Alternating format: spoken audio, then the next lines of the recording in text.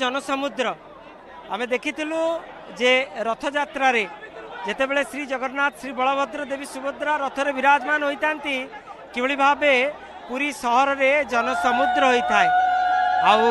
से जनसमुद्र महाप्रभु रथ यात्रा जनसमुद्र ये एक भ्रम सृष्टि करुची। देवाशीष जे कि शहीद होइचंती देशमातृक पई जीवन देइचंती देवाशीष कर जो पार्थिव शरीर रही सी आसिकी ठीक देवाशीष का घर सम्मुखरे पहुँची एवं रही सान भाई विज्ञान साथी रही एवं साथी रही एक वर्ष तले हाथ गंठी पड़ी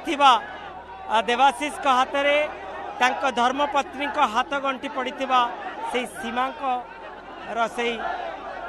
सीमा हाथ पड़ी देवाशीष का पार्थिव शरीर उपरे ए दृश्य देखिला बेलू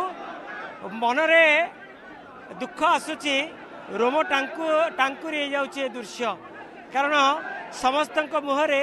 गोटे कथा देवाशीष अमर रहे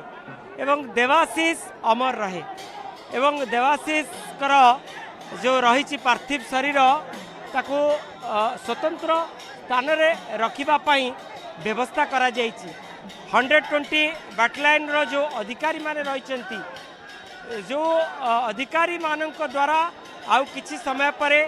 देवाशीष को पार्थिव शरीर जो कफिन भीतर रही बाहर को कढ़ा एवं स्वतंत्र स्थान जो करा जाइछि से स्वतंत्र स्थान रे रखा एवं तांको पुष्पगुच्छ देई तांको शेष सम्मान दिया शेष श्रद्धांजलि दिया हजार हजार संख्यार लोक रुंड होइचंती हजार हजार संख्यार महिला माने रुंड होइचंती सेतिरे रहिचंती सेना कर्मचारी माने रहिचंती सेनार भूतपूर्व कर्मचारी माने रहिचंती एनसीसी कैडेट माने रहिचंती गुरुकुल छात्र छात्री माने रहिचंती एवं गाँव युवक माने रहिचंती एवं ए सत्यवादी माटीर जेहेतु यह वीर माटी ए दृश्य देखौछु संज्ञाहीन अवस्था अरे सीमा किभଳି अवस्था भितर से रही कारण जितेबाला एयरपोर्ट रे जाई पहुँची सेठी गार्ड ऑनर दिगला एवं से समय मध्य सीमा उपस्थित रही विज्ञान आप देखिपे सान भाई विज्ञान भाउज पादरे चप्पल दे दौरान जे भाउज तलू को ओह्लैबे किभଳି बंधन थिला भाई भाउज एवं भाई भाई भितर किंतु विज्ञान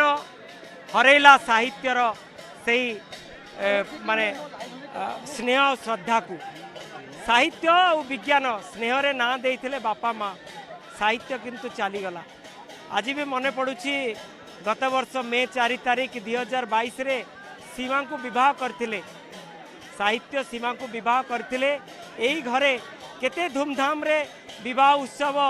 बेस आनंद उल्लास रे पालन करा जाइतला एवं साहित्य विवाह करथिले सीमा को हाथ गंठी पड़ीथिला एवं ठीक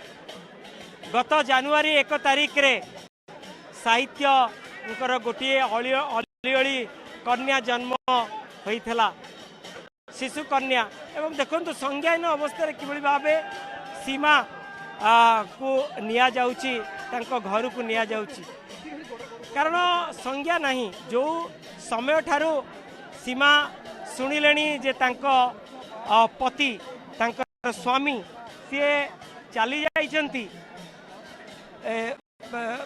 जो पुंछ सेक्टर रे ग्रेनेड माड़े जो ट्रक रे से रही 5 जन सैनिक जीवन चली जाइछि एवं सेतिरे तांकर धर्मपत्नी देवाशीष रही साहित्य रही से समय हतबाक हो जाइछंती सीमा एवं स्तब्ध हो जाइछि पूरा गाँव परिवेश पूरा शोकाकूल परिवेश भितर परिवार सदस्य माने केवल यही परिवार सदस्य नुह ए परिवार ए गाँव गोटे परंपरा रही समस्ते भाई बंधु कुटुंब कारण खंडायत परिवार रे समस्ते तेणु एठी समस्ते भाई बंधु कुटुंब आमे जेतेबेले गतकाली आसीथिलु एमानकर प्रतिक्रिया नवा पाई साई बासिंदा मानकर किए कहूला ये मो पुतुरा, किए कहूला ये मोर भाई, किए कहूला मु तार पिउसा, किए कहूला मु तार माउसी, किए कहूला मु तार खुड़ी। ए कथा शुणिला बेले आम मन आमर मध्य रोम टांकुरी होता एवं एठी गोटे शब्द जे देवाशीष अमर रहे, देवाशीष साहित्य अमर रहे, एभली शब्द रे पूरा प्रकम्पित होउची। सेना बाहिनी को शेष सम्मान दौचंती ग्रामवासी माने, पुष्पगुच्छ दे शेष सम्मान बाटो सारा दौले ग्रामवासी माने। एठी मध्य अनेक नेता मध्य आसिक पहुँचती, सत्यवादी विधायक उमा सामंतराय पहुँचती, राष्ट्रीय बीजेपी राष्ट्रीय प्रवक्ता